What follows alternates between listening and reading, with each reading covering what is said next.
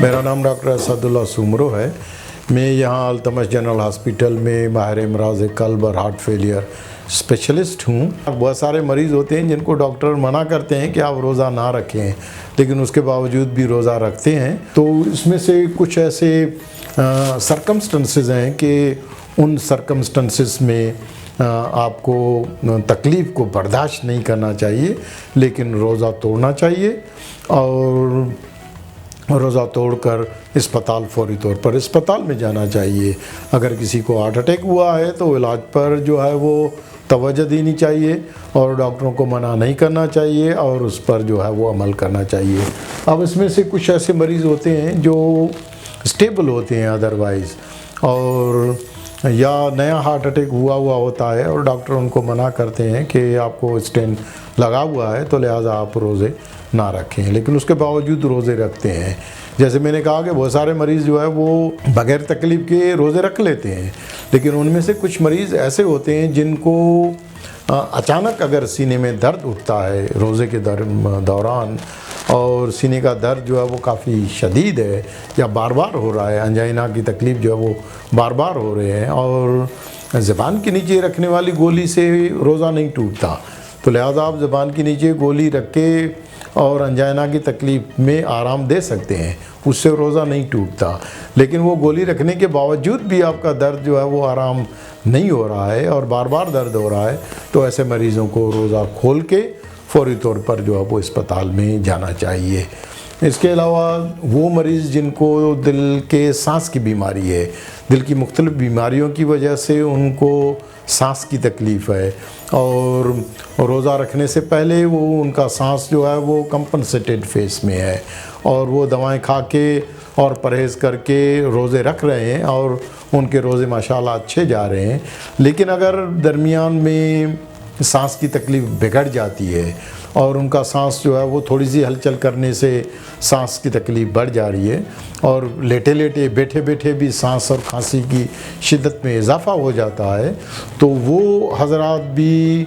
इफ्तारी का इंतज़ार ना करें, क्योंकि उनके फेफड़ों में पानी आ जाता है और वो तकलीफ़ फिर इतनी बढ़ जाती है कि उसमें अचानक हरकत क़ल्ब की नौबत भी आ सकती है। तो लिहाजा ऐसे मरीज़ों को रोज़ा तोड़ के फौरी तौर पर जो है वो अस्पताल का रुख करना चाहिए, क्योंकि ऐसे मरीज़ों में जो खाने वाली दवाएं होती हैं, गोलियां, पेशाब और गोलियां, कभी कभार वो असर नहीं करती हैं और उनको IV लेसिस के इंजेक्शन्स की ज़रूरत पड़ती है, या उनका ब्लड प्रेशर कम हो जाता है तो उनको आयोनोट्रॉप्स की ज़रूरत पड़ती है। तो ऐसे मरीज़ों को फौरी तौर पर अस्पताल में जाना चाहिए और ऐसे मरीज़ों को इफ्तार या रोज़ा खोलने और या घर में जो बाकी अफराद हैं उनको ये नहीं कि उसके बाद रोज़ा खोल के उसके बाद तब तक उनकी कंडीशन जो है वो वर्स हो सकती है। इसके अलावा वो मरीज़ जो रमज़ान से पहले ब्लड प्रेशर की दवाएं खा के और ब्लड प्रेशर उनका कंट्रोल्ड है और वो 10-15 रोज़े रखने के बाद अगर दवाओं में बदपरहेज़ी या खाने पीने में बदपरहेज़ी उनसे हो जाती है, तो ऐसे मरीज़ों का भी ब्लड प्रेशर फिर अचानक जो है वो रोज़ा रखने के दौरान जो है वो ब्लड प्रेशर उनका बढ़ने लगता है। तो अगर उनका ब्लड प्रेशर काफ़ी ज़्यादा बढ़ा हुआ है, उनको चाहे अलामात हैं चाहे नहीं हैं, और उनको रोज़ा तोड़ना चाहिए और फौरी तौर पर अस्पताल जाके और इलाज पर तवज्जो देनी चाहिए। इसके अलावा ब्लड प्रेशर के साथ साथ बहुत सारे मरीज़ होते हैं जिनको जैसे हार्ट फेलियर के मरीज़ होते हैं और उनके गुर्दे भी मुतासर होते हैं, उनको शुगर की बीमारी होती है या उनकी जिगर में लिवर की पैसिव लिवर कंजेशन होती है, तो ऐसे मरीज़ भी जो रोज़ा रखते हैं और कुछ मरीज़ तो रोज़ा रखने में कामयाब हो जाते हैं, और अगर दवाएं और एहतियात के साथ बहुत सारे ऐसे मरीज़ होते हैं जो ऐसे प्रॉब्लम के बावजूद भी